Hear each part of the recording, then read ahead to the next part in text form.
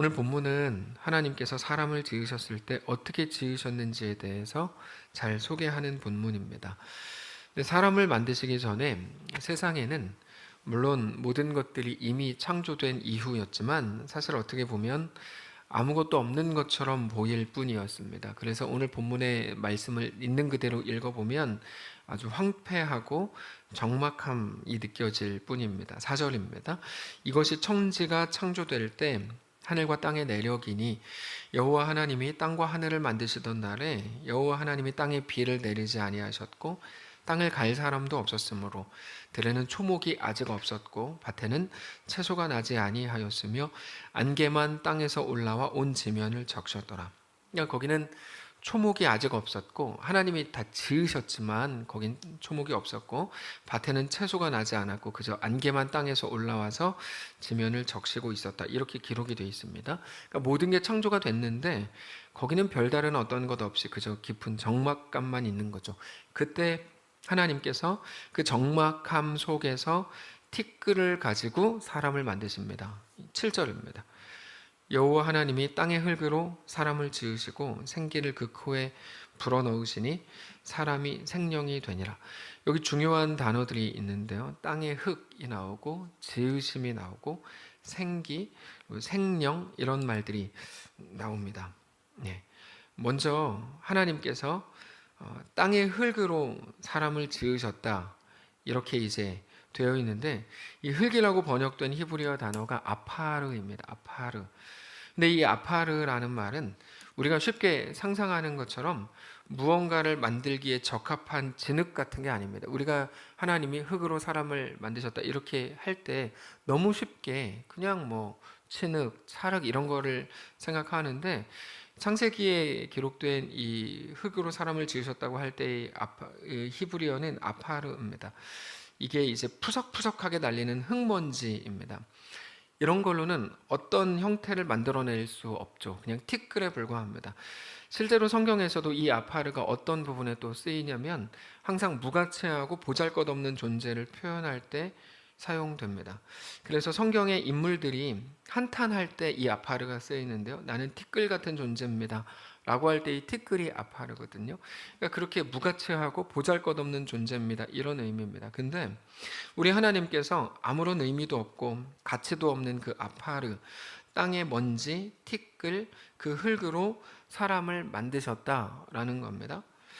근데 그렇게 만드신 사람은 모든 피조물들 중에서 가장 소중한 존재고 그 사람을 위해서 지난 6일간의 모든 창조를 이루셨다고 할 만큼 가장 의미 있는 피조물입니다. 근데 그 재료가 고작 티끌이었다는 거죠. 적막감이 있고 하나님께서 바로 인간을 만드세요. 근데 그러고 보면 성경에 나오는 모든 하나님의 행하심이라고 하는 건 한결같이 언제나 합니다. 한결같이 세상의 지혜를 깨뜨리는 방식이라는 걸 알아야 됩니다. 우리는 세상의 지혜와 세상의 자랑을 늘 구하지만 하나님의 방식은 세상의 자랑과 세상의 그 지혜를 늘 깨뜨리는 방식이야. 어떻게 보면 적막함 그 자체였고 누구에게 주어도 아무 쓸모 없을 게 분명한 티끌을 가지고 사람을 만드십니다. 그것도 적막감 한가운데서 만드신 거죠. 근데 성경은 더 적극적으로 그거에 대해서 그거야말로 하나님의 능력이고 하나님의 완전하심이고 하나님의 전능하심이라고 우리에게 소개하시죠. 고린도전서 1장 20절입니다. 지혜 있는 자가 어디 있느냐, 선비가 어디 있느냐, 이 세대의 변론가가 어디 있느냐. 하나님께서 이 세상의 지혜를 미련하게 하신 것이 아니냐. 하나님의 지혜에 있어서는 세상이 자기 지혜로 하나님을 알지 못하므로 하나님께서 전도에 미련한 것으로 믿는 자들을 구원하시기를 기뻐하셨다. 이렇게 돼 있죠.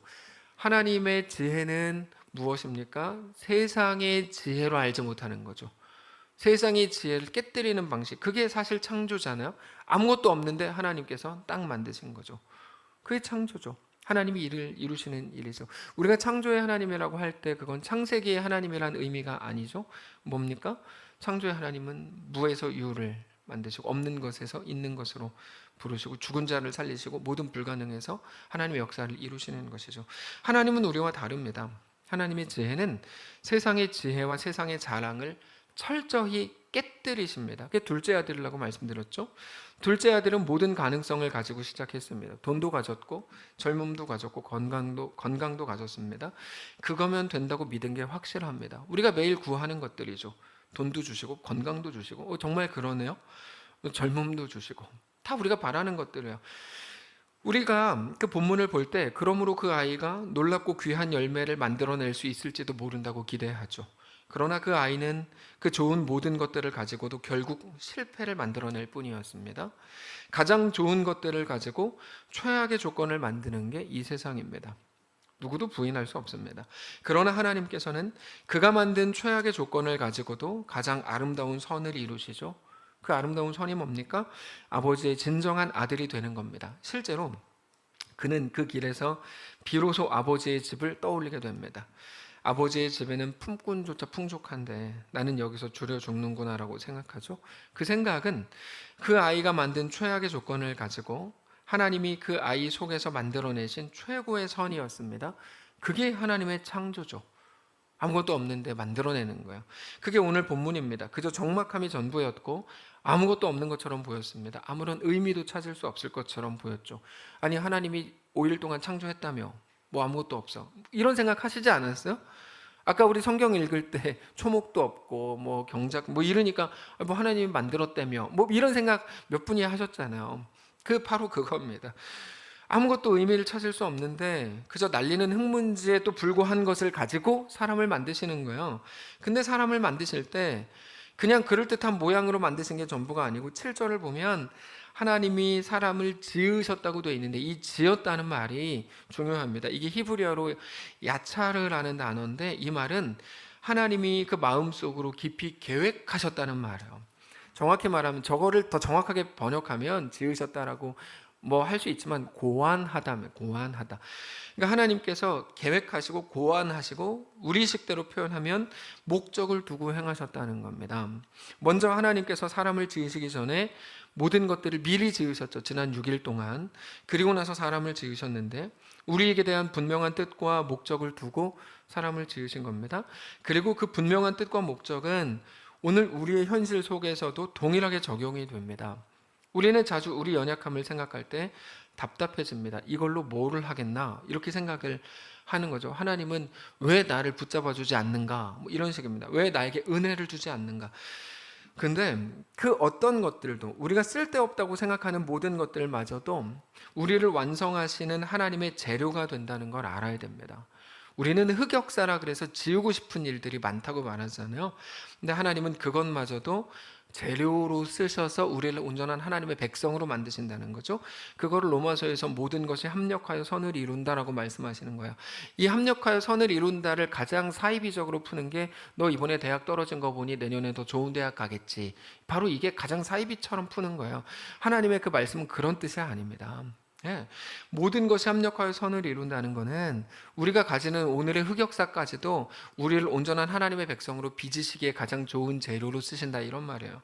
그리고 그 모든 연약함 속에서도 우리를 완전하신 하나님의 약속은 우리의 가장 큰 자신감의 근거가 됩니다. 여러분, 오늘 우리가 그 사실을 기억해야 됩니다. 우리의 어떤 실패와 어떤 연약함도 우리를 하나님의 온전한 백성으로 삼으실 하나님의 일에 전혀 방해되지 않을 겁니다. 왜냐하면 하나님은 그것보다 크시거든요. 그래서 우리의 실패를 두려워하지 말라는 거죠. 더 담대하게 오늘 두려움 없이 하나님의 사람으로 걸으라는 겁니다. 그게 야차르입니다. 우리의 실패와 아픔과 눈물은 여러분 악한 게 아닙니다. 많은 사람들은 그게 악하다 그래서 뭐라 그래? 네가 뚝 그쳐. 뭐 이렇게 얘기하잖아요. 울지 마. 왜 울지 말라는지 모르겠어요. 울어야지 왜 울지 말라 그래요. 예. 거기다가 가장 악한 노래 울면 안 돼, 울면 안 돼. 산타 할아버지는 우는 아이에게 선물을 왜 안 줘요? 여러분 울어야 더 줘야죠. 더 측은하잖아요. 그게 우는 아이에게 떡을 더 줘야지. 산타 할아버지 이상해요. 한국식 정서가 없는 게 분명해요. 그러니까 우는 애한테 선물을 안 주죠. 못된 할아버지예요. 여러분 성탄절은 산타 할아버지의 날이 아니에요. 오는 성탄절이 아니니까 이 말은 하지 않겠습니다. 근데 우리의 실패와 아픔과 눈물은 최소한 하나님께 있어서 악한 게 아닙니다. 오히려 그것들이 우리를 하나님께로 더 끌고 가게 만드는 거죠. 사람이 돈 많이 벌어서 하나님께 나아가는 거 거의 본 적이 없어요. 거의 사람이 얼마나 악한지 거의 본 적이 없어요. 근데 그가 실패하고 아픔을 겪을 때 하나님께 나아가더라고요. 얼마나 복된 일입니까? 하나님의 약속대로 그 모든 것이 합력하여 선을 이루어내시더라는 거죠. 모든 일들로 인해서 우리는 하나님께 더 가까이 나아가게 되고 하나님을 더 사랑하게 될 겁니다. 그래서 목적을 두고 행하신다는 이 야차르, 이 말이 얼마나 행복한 말인지 모릅니다. 지난주에 잠깐 언급했던 것처럼 그래서 천국에는 쓰레기통이 없는 겁니다. 우리는 이것도 버리고 저것도 이런저런 경험과 기억과 사건을 다 버리고 싶어요. 하나님도 기억을 안 했으면 좋겠어요. 네. 다 리셋하고 싶어요. 리셋병에 걸렸죠. 수많은 한국 교회 기독교인들이 그냥 없었던 것으로 하면 되는 거 아니? 이렇게 생각하는 거예요. 그래서 조금만 문제가 생기면 교회도 옮겨버리고 그만이죠. 자기를 모르는 곳에 가면 나는 나이스한 그리스도인들처럼 살아갈 수 있어. 이게 이제 그들이 생각하는 고작의 생각입니다. 이게 잘못된 회개의 모습으로 나타나죠. 죄를 씻어 주십시오, 용서해 주십시오로 끝나는 거예요. 그럼 끝난대요. 그게 어떻게 회개입니까? 그건 회개가 아니죠. 여러분, 회개는 돌이킴입니다. 우리의 삶은 어제 이어서 오늘이 있는 겁니다. 어제 거 딱 끝내고 없고 그냥 오늘 새로 탄생되는 게 아니에요. 그냥 어제까지의 죄가 단번에 사라지고 오늘이 짠 나타나는 게 아닙니다. 예수님의 보혈로 용서해 주십시오로 끝나면 그건 너무 쉬운 일이죠. 세상에서도 조롱하지 않나요? 그런 거 가지고 야 니네 웃긴다고 말하지 않나요? 예? 그럴 일은 없습니다. 그거는 회개가 아닙니다. 그렇게 죄가 씻기지를 않습니다. 회개는 뭐냐면 가만히 서서 어디서부터 잘못됐는지를 생각하고 분명하게 돌이켜야 되는 거예요. 하나님을 더 깊이 묵상해야 됩니다. 특별히 하나님의 진노의 지점을 알아야 된다 그랬죠. 그게 뭡니까? 너희의 영광과 명예를 니네가 만드는 게 아니고 나 여호와가 만든다. 근데 왜 너희는 너희가 만든다고 생각하냐? 그게 하나님의 진노의 지점이라고 그랬어요. 우리 생각과 마음과 결정과 선택을 조정해야 돼요. 당연히 만만치 않죠. 말로 끝낼 수 없는 일입니다. 절대로 쉽지 않습니다. 오히려 우리가 가진 우리 잘못에 대한 깊은 후회와 한숨이 하나님은 일하게 하십니다. 근데 깊은 후회와 한숨과 눈물을 그냥 없애버리겠다고요? 그래서 나를 죄를 용서해 주세요. 아싸, 나는 죄인 아니야. 이렇게 가겠다고요? 그런 이상한 논리가 어디 있습니까? 예. 그건 말씀에 대한 완전한 왜곡이죠.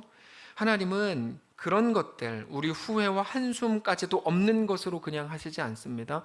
그런 것들이 일하게 하십니다. 그래서 그럼에도 성경에서 없는 것처럼 하신다라고 말씀하신다면 그것은 우리 죄가 있음에도 불구하고 하나님이 우리를 구원하시기로 하시겠다는 그런 의미이지 우리 죄를 그냥 모른 척 하시겠다는 의미가 아닙니다. 우리의 과거의 잘못과 연약함에 대해서 우리가 아파하는 것, 가슴 애려하는 건 너무 당연한 일이고 잘하는 일입니다. 회개했다 그래서 아무 일도 없어요. 영화 밀양처럼 그 감옥에 갇혀있는 그 사람처럼 그렇게 하는 건 정상적인 게 아니에요. 잘못하는 거예요. 네. 과거에 행했던 불신앙에 대해서 나는 다 회개했으니까 오늘 웃으면서 얘기할 수 있어. 그게 인간입니까? 그럴 수 없죠. 끝까지 아파해야죠. 내가 옛날에 그랬는데 아파해야죠. 후회하고. 그게 진정한 회개죠.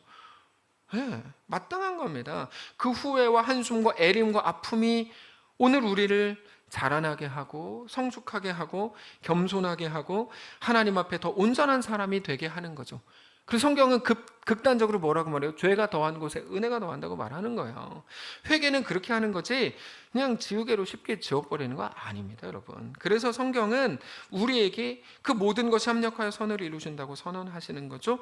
그게 목적을 두고 행하시는 하나님의 역사입니다. 하나님의 목적이라는 거는 언제나 우리가 가진 연약함의 크기보다 크다는 걸 알아야 됩니다. 우리가 가진 모든 의문과 모든 한숨과 질문에 대한 가장 분명한 답이 이 지으심이 되는 이유가 그겁니다.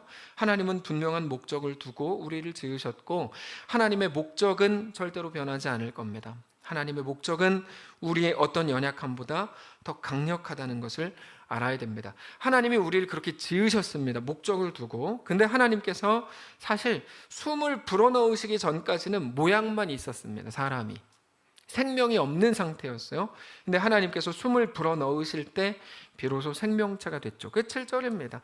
여호와 하나님이 땅의 흙으로 사람을 지으시고, 여기까지 이제 다 이해되시죠? 그리고 나서 생기로, 생기가 하나님의 숨이거든요. 그 생기로 코에 불어넣으시니 사람이 생령이 되니라. 이 생령은 생령이라고 번역을 했기 때문에 대단한 것 같지만 그런 건 아니고 그냥 생명체 이 정도까지의 의미입니다. 저기 막 대단한 의미를 넣을 건 없어요. 그냥 생명체 이런 말인데, 여러분, 우리는 대단한 모양을 갖고 싶어 하죠. 그게 우리 매일의 기도예요. 어떻게 알죠? 부자가 되고 싶어 하고 잘생기고 예뻐지고 싶어 합니다. 그렇지 않으면 부자처럼 보이고라도 싶어 하고, 그래서 백화점 갈 때는 특별히 옷에 신경을 쓰는 이유가, 가방 뭐 이런 거 신경 쓰는 이유가 부자처럼 보이고 싶어 하는 거고, 예뻐 보이기라도 해요. 그래서 1월 30일부터 실내에서도 마스크 뺀다는 이야기를 듣는 어떤 사람들은 슬퍼하죠. 아, 이제 왜는 모르겠어요. 하여튼 좋은 대학 졸업장을 가지고 싶어 하고, 내가 못했다면 자식들이라도 그럴듯한 직장, 그럴듯한 이름을 갖게 하고 싶어 하는 거예요. 근데 그런 모든 것들은 여러분 사실 겉모습에 불과한 거 아닌가요? 겉모습에 불과하죠. 그저 땅의 흙으로 지어진 것들 뿐이에요. 대단한 아무리 이름을 갖고 있고 엄청난 이름을 가지게 되고 모든 사람들이 부러워할 만한 것들을 소유했다고 해도 여러분 그거 살아있는 겁니까? 다 죽은 거죠. 여러분 교회 건물 엄청나다고 해보세요. 이거 살아있는 거예요? 죽은 거죠 이거. 자랑할 게 없어서 이거 자랑해요? 못나도 상 못난 거죠. 아, 그냥 허울뿐인 것들, 이름만 가지고 있는 것들, 이거는 다 죽은 것들입니다. 근데 우리가 10시간 동안 계속 죽은 것들을 위한 기도만 하고 있는 거예요. 죽은 것들을 계속 달래는 거죠. 아무리 비싼 시계, 비싼 옷, 비싼 자동차, 100억, 1000억짜리 건물이라 그래도 그게 뭐예요? 그 죽은 거 아닙니까? 죽은 것들 안에 들어가 사는 거예요. 우리가 입은 이 옷 죽은 거죠. 이거 어떻게 살아있는 겁니까? 죽은 것들로, 생명 없는 것들로 둘러싸여 있습니다. 근데도 우리는 매일 그것들을 소망해요.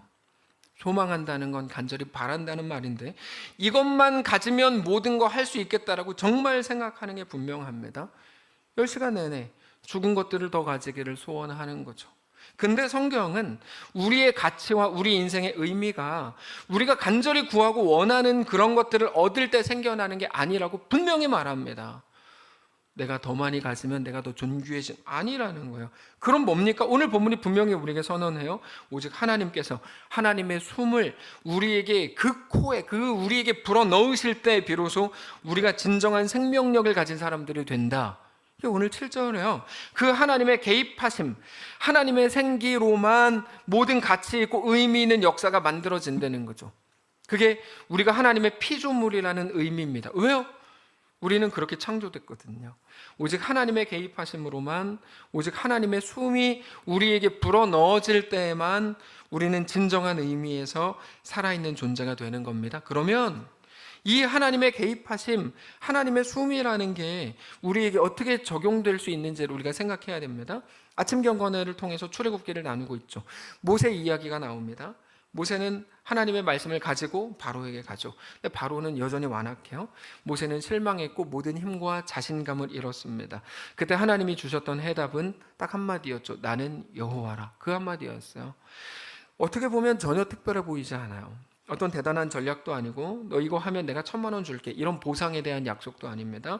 다만 내가 여호와인 것을 기억하라는 것뿐이었죠. 성경은 근데 언제나 마찬가지입니다. 길을 잃고 힘이 다 빠지고 살 소망이 없는 사람들에게 주시는 하나님의 해답은 하나님을 깊이 묵상하라. 내가 여호와다. 나를 깊이 묵상해라. 여호수아 이야기 말씀드렸죠. 나중에 모세가 죽고 자기가 이스라엘 백성들을 이끌고 요단강을 건너야 되는데 자신이 없어요. 용기가 나지 않았습니다. 하나님께 현실적인 이것저것 다 요구하면서 기도했겠죠. 그때 하나님께서 주셨던 답은 현실적인 대책이 아니었고, 너에게 말한 자가 바로 나다. 나 여호와다. 내가 너와 함께한다라는 말이었습니다. 여호수아는 그 말을 듣고 곧장 일어나서 백성들에게 3일 안에 요단강 건넌다고 외치죠. 엘리야가 갈멜산에서 엄청난 승리를 맛본 이후에 이세벨이 엘리야를 협박하죠. 너 죽일 거야. 그때 그 말을 듣고 엘리야는 모든 힘을 잃어버렸습니다. 이세벨이 정말 자기를 죽일 것처럼 보였기 때문에 무서워서 그렇게 했던 거 아닙니다. 그건 엘리야에 대한 모독이죠. 엘리야가 뭐 자기 죽을까 봐 겁났다고요? 말도 안 되는 소리입니다. 엘리야가 그러면 왜 모든 힘을 잃었습니까? 저 사람은 어떤 걸로도 변하지 않는구나. 어떤 능력과 어떤 말씀으로도 변하지 않는구나. 그렇다면 내가 할 일이 아무것도 없겠구나. 내가 선지자인데 이 뭐냐. 차라리 그럴 바에 죽여주세요. 이렇게 된 거거든요. 그래서 깊은 침체와 깊은 절망에 빠집니다. 하나님께서 그런 엘리야를 회복시키신 방법은 내가 여호와다. 똑같은 말이었어요. 내가 말하는 자고 너는 듣는 자다. 너는 변화시키는 자가 아니다. 야, 제발 오버 좀 하지 마라. 저에게 하시는 말씀이죠. 야, 오버 좀 하지 마라. 너는 변화시키는 자가 아니다. 그 일은 내가 한다. 너는 여전히 성도요 신자일 뿐이다. 그래서 뭐라고 말씀하세요? 하나님이 너는 하사엘에게 기름 부어서 아람의 왕을 세우고 예후야한테 기름을 부어서 이스라엘의 왕으로 세우고 엘리사에게 해가지고 네 후계자로 삼아라 이렇게 말씀하시죠. 엘리야는 그 말씀을 듣고 회복됩니다. 오직 우리의 회복은 딱 하나입니다. 하나님의 개입하심. 오늘 본문으로 하면 하나님의 생기, 하나님께서 숨을 불어넣으시는 것으로만 내가 하나님의 피조물이고 그래서 우리 하나님이 나의 왕이요 아버지라는 깊은 묵상과 고백으로만 우리는 힘을 얻습니다. 다른 어떤 건 아닙니다. 그렇게 우리 삶에 비로소 의미와 가치가 생깁니다. 사랑하는 성도 여러분, 우리는 우리 삶에 대한 올바른 이해가 필요합니다. 죽은 것들에 둘러싸여서 그게 전부인 줄 알고 살면 안 됩니다. 너무 비참한 일입니다. 교인이면서도 그거를 자랑하는 건 정말 불쌍한 일입니다. 그건 바울의 말입니다. 여러분, 그건 불쌍한 일이에요. 우리의 모든 좋아 보이지 않는 것들, 심지어 모든 넌센스들, 이해가 되지 않는 일들, 이것으로 무엇을 하겠나라는 것들이 전부라고 해도 하나님이 거기에 하나님의 숨을 불어넣으실 때 살아있는 군대가 될 겁니다. 에스겔 37장이잖아요. 거기 보면 아무것도 없었어요. 뼈밖에 없었어요. 여호와께서 권능으로 내게 임재하시고 그의 영으로 나를 데리고 가서 골짜기 가운데 두셨는데 거기 뼈가 가득하더라. 나를 그 뼈 사방으로 지나가게 하시기로 본즉 그 골짜기 지면에 뼈가 심이 많고 아주 말랐더라. 그가 내게 이르시되 인자야 이 뼈들이 능히 살 수 있겠느냐 하시기로 내가 대답하되 가능할까요? 주 여호와께서 혼자만 아시겠죠. 또 내게 이르시되 너는 이 모든 뼈에게 대언하여 이르기를 너희 마른 뼈들아 여호와의 말씀을 들을지어다. 여호와께서 이 뼈들에게 이같이 말씀하시기를 내가 생기를 너희에게 들어가게 하리니 너희가 살아나리라. 너희 위에 힘줄을 두고 살을 입히고 가죽으로 덮고 너희 속에 생기를 넣으리니 너희가 살아나리라. 또 내가 여호와인 줄 너희가 알리라 하라. 이에 내가 명령을 따라 대언하니 대언할 때 소리가 나고 움직이고 이 뼈 저 뼈가 맞아 들어가 서로 뼈들이 연결되더라. 내가 또 보니 그 뼈에 힘줄이 생기고 살이 오르고 그 위에 가죽이 덮이나 그 속에는 생기는 없더라. 또 내가 내게 이르시되 인자야 너는 생기를 향하여 대언하라. 생기에게 대언하여 이르기를 주 여호와께서 이와 같이 말씀하시기를 생기야 사방에서부터 와서 이 죽음을 당한 자에게 불어서 살아나게 하라 하셨다 하라. 이에 내가 그 명령대로 대언하였더니 그 생기가 그들에게 들어가매 그들이 곧 살아나서 일어나 서는데 그 키 큰 군대더라. 사랑하는 성도 여러분, 우리를 둘러싸고 있는 것들이 바싹 마른 것들 뿐이라고 여겨질지도 모릅니다. 오늘 본문의 시작이 그렇잖아요. 오늘 본문의 시작이 적막감이었다고 말씀드렸잖아요. 그런 연약한 것들, 전혀 자랑스럽지 않은 것들로 뭐를 할 수 있겠습니까? 맞아요, 아무것도 못해요. 근데 우리 하나님은 그런 아무것도 아닌 것들을 가지고도 가장 놀라운 가치와 의미와 생명을 만들어내실 겁니다. 우리가 믿는 건 오직 하나님이십니다. 여러분, 많은 분들이 믿음에 대해 오해하고 왜곡하고 착각하는데요, 우리가 믿는 건 오직 하나님이시지 우리의 가능성을 하나님이 이루어 주실 거야가 아닙니다.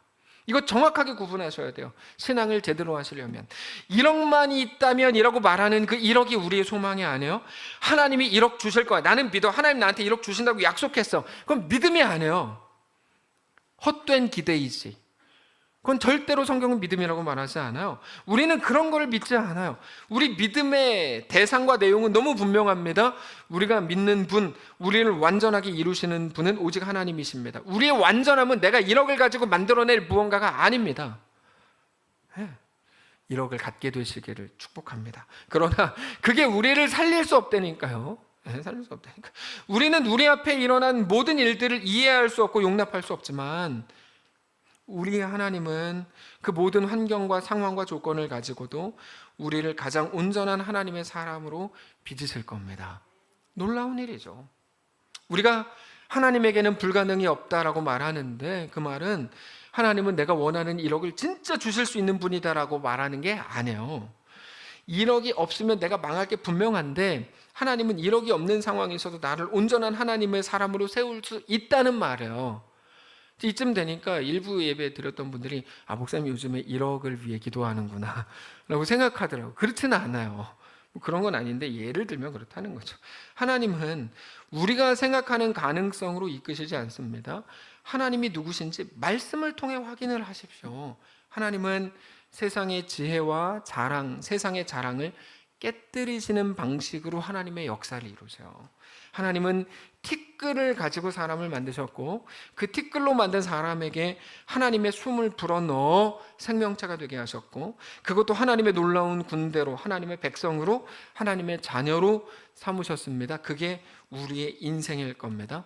우리는 이미 우리 성향과 우리 원함대로 행한 결과 우리 삶을 원하지 않았던 실패로 이끌었는지도 모릅니다.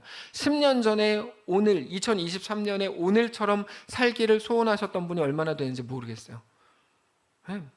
후회할 만한 일들이 그동안 너무 많이 쌓였는지도 몰라요. 그러나 우리가 두려워하는 그 모든 일들은 완전히 하나님을 믿는 우리들에게서 무능하고 오직 하나님의 이름이 완전한 것을 여러분 믿으셔야 됩니다. 5, 6년 전에 저희 아이가 학교에서 영어 숙제를 많이 내줬다고 그러면서 막 울었어요. 어떤 문장을 그냥 10번을 쓰라 그러면 자기가 쓰겠대요.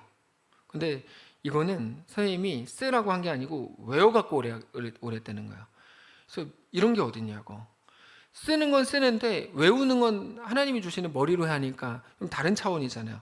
이런 게 어딨냐고 막 이렇게 막 따지면서 울었어요. 그러면서 만약에 못 외워갖고 오면 학교 선생님이 손 들고 서 있으라고 할 거고 반성문을 쓰라고 할 거라고 말씀을 하셨대요. 얘가 초등학생 때. 그래서 우리한테 무슨 선생님이 학생한테 반성문을 쓰라 그런 선생님이 어딨냐 그러면서 막 따지면서 울었어요. 보통 같으면 저 아이 엄마가 아이한테 가서 설득을 합니다. 야, 일단 외우든 못 외우든 10번만 써. 그럼 선생님도 얘가 열심히 했구나 그러면서 안 혼내실 거야. 이런 식으로 설득을 하는데 그날은 아무리 설득을 해도 설득이 안 됐어요. 그래서 제 아내가 이렇게 얘기했어요. 하지 마. 하지 말고 너 내일 가서 벌 받아. 이렇게. 그리고 반성문 쓰면 되잖아. 이렇게 얘기했어요. 근데 그렇게 하고 끝낸 게 아니라 그 이유가 너무 좋았어요. 그러면서 이렇게 말했어요. 너 벌을 쓰고 반성문을 써도 너 안 죽어. 너 그거 근데 제 아내도 교사거든요, 직업이. 근데 교사가 할 말인지 모르겠는데 너 그거 써도 안 죽어. 네. 그러면서 벌 서는 게 별거 아니구나. 너 그거 알게 될 거야. 이렇게 얘기했어요. 그러니까 아이는 그런 게 어딨냐 그러면서 또 막 울었는데요. 그렇게 밤이 지나고 그 다음날 아침이 돼서 얘가 학교에 갔다가 돌아왔는데 너무 행복하게 달려오는 거야. 아무 일 없이 그냥 넘어간 줄 알았습니다. 그래서 제가 물어봤어요. 어떻게 됐어? 그랬더니 아빠 저 오늘 벌 섰어요. 근데 그거 별거 아니에요. 이렇게 엄마가 원했던 기도 제목이 얘한테 이루어진 거죠. 완전히 복음을 만난 사람처럼 웃으면서 해맑게. 그래서 벌 선 것도 자랑이 될 수 있구나 알게 됐습니다. 물어봤어요. 너 혼자 벌 섰어? 몇 명? 우리는 꼭 물어보잖아요. 100점 맞으면 몇 명 100점 이거 물어보잖아요. 이게 약해서 그런 거예요. 너 혼자 벌 섰어? 몇 명 벌 섰어? 그랬더니 한 명 빼고 다 같이 벌 섰어요. 이렇게. 그래서 그래 학교로 옮기자 이렇게 이제 생각을 했는데 아무도 안 외운 거죠. 그렇죠. 뭐라 그랬냐면 이렇게 말했어요. 벌 서는 거 별거 아니라는 걸 알아야지. 그리스도인이면. 네, 전 진심으로 그렇게 생각해요. 벌 서는 건 별거 아닌 거 알아야지. 겨우 손 들고 있고 반성문 쓰는 것 때문에 무서워서 질질 짜지 말아야지. 그렇게 얘기했어요. 좋았습니다. 근데 정말 그렇습니다. 숙제하지 말라는 게 아니고 벌 서는 것 정도는 무서워하지 않게 되는 걸 보고 능력이라고 불러요.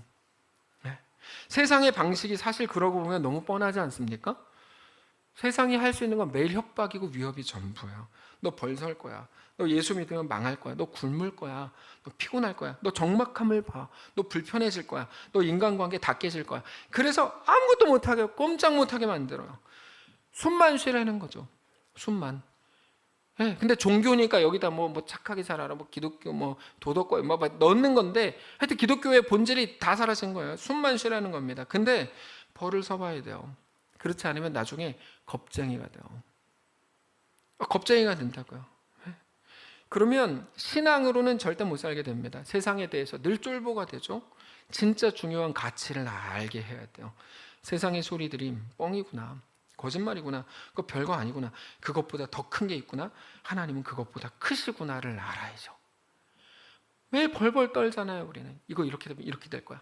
이러면 이렇게 되고 아무것도 못하고, 하나님이 나의 하나님이신 것을 아는 것, 그게 성도의 능력입니다. 그렇게 오직 하나님을 알아서 우리에게 주어진 모든 길을 담대하게 믿음으로 걷는 거죠. 하나님은 오늘도 그렇게 하나님의 숨, 하나님의 생명력을 우리에게 넣으시는 거예요. 말씀을 정리하겠습니다. 오늘 본문을 보면 모든 것이 있었지만 아무것도 없었다는 게 오늘의 본문입니다. 모든 게 있었는데 아무것도 없었어요. 그 적막함이 전부입니다. 우리가 사는 우리 인생과 너무 닮았죠.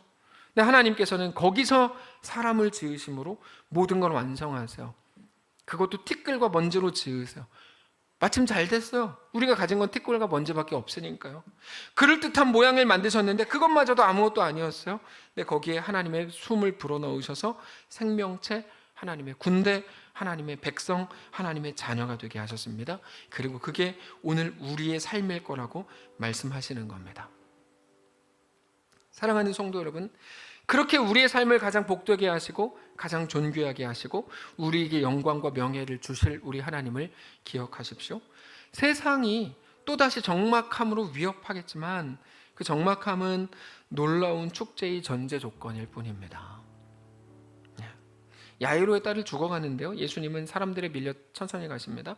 거기다가 중간에 혈루증 치료받은 여자를 만나서 대화하십니다. 이쯤 되면 노닥거리시는 거죠. 뭐 하시는 겁니까? 기다리시는 거죠. 뭘 기다리세요? 야이로는 자기 딸 고쳐달라고 온 건데 예수님은 딸을 고칠 마음이 없었어요. 딸을 살릴 마음이었어요.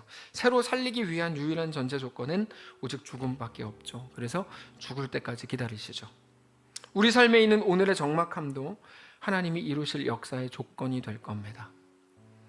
오늘 또다시 세상이 주는 모든 두려움 속에서도 다시 시작하는 이 음력설에 우리가 속한 모든 가정과 우리 인생에 하나님의 생기로 가득 채워지는 놀라운 은혜가 임하시기를 주님 이름으로 축복합니다. 찬양합시다. 안개 속에서 주님을 보내 아무것도 없을 것 같던 그곳에서 손 내미셔서 나를 붙드네 길 잃고 쓰러져가는 그곳에서 찬양합시다. 안개 속에서 주님을 보내 아무도 없을 것 같던 그곳에서 손 내미셔서 나를 부르네 쓰고 쓰러져 가던 그곳에서 주 말씀하시네 주 말씀하시네 내 손 잡으라고 내가 곧 길이요 진리 생명이니 나 그 길을 보내 주 예비하시고 다른 길로 돌아서지 않으리 예수의 길 그 좁은 길 나를 건네 주 손잡고 그 무엇도 두렵지 않네 주님 주신 약속 내게 있으리 세상의 길 그 험한 길 승리하네 성령으로 그 무엇도 바라지 않네 저 하늘에 내 소망 있으니 하나님 적막함이 너무 두려웠고 티끌밖에 없는 것 같아서 이걸로 뭐를 할 수 있지? 겁이 났습니다. 새해는 시작돼서 해는 밝았다고 하는데 여전히 아무것도 해결되지 않은 것 같은 우리의 삶의 모습과 우리 자녀의 모습과 우리 가정의 모습과 우리 사업장의 모습 때문에 한숨만 나왔는지도 모릅니다. 하나님, 이제 막 겨울이 시작된 것 같아서 끝나기는 하는 건가? 이런 생각이 들 정도입니다. 하나님, 그러나 오늘 말씀을 통해 우리에게 주신 하나님의 약속을 붙들기를 원합니다. 적막감을 깨고 단번에 티끌과 흙으로 사람을 만드시고 거기에 하나님의 숨을 불어넣어 생명체가 되게 하시고 너는 내 자녀야, 너는 내 영광이다, 너는 내 명예다, 내가 내 영광과 명예를 오직 너에게 걸었다 말씀하시면서 너 마음껏 살아봐라, 너 세상 두려워하지 말고 너 넉넉히 살아봐라 말씀하신 주의 말씀과 주의 음성을 우리 가슴에 새기는 귀한 날이기를 원합니다. 아무것도 보이지 않는 안개에 답답함 한가운데 있는 것 같지만 우리에게 완전한 약속을 허락하신 우리 하나님을 믿음으로 바라보며 넉넉히 그 길을 걷게 하옵소서. 올해 이루어질 우리의 모든 인생과 모든 역사 속에 하나님 반드시 개입하시고 주님 주관하시고 하나님의 놀라운 은혜로 넘쳐나는 사랑하는 모든 복된 가정 되도록 축복하시옵소서. 올해 결혼하게 될 가정을 축복하시고 올해 태어나게 될 모든 아이들을 축복하시고 올해 우리 안에 또 일어나게 될 모든 많은 이벤트들, 많은 사건들이 있을 텐데 그 속에 하나하나 하나님이 놀랍게 역사하셔서 창조의 하나님의 역사로 충만한 결국 감격과 감사밖에 남지 않게 될 귀한 우리의 올해 한 해가 되도록 축복하시옵소서. 감사드리며 살아계신 우리 주 예수님의 이름으로 기도합니다. 아멘. 이제는 우리 구주 예수 그리스도의 은혜와 하나님 아버지의 다함없는 사랑과 성령의 교통인도 역사 위로 함께 하심의 은사가 이 시간 주를 바라보며 예수 안에 허락된 그 길을 믿음으로 걷기를 소원하는 사랑하는 모든 성도들 머리머리 위에 하나님의 은혜로 복된 가정 되기를 간절히 원하는 가정들 위해 그들의 자녀들 위해 직장과 사업장 위해 사랑하는 이 교회 위해 이제로부터 영원까지 함께 계실지어다. 아멘.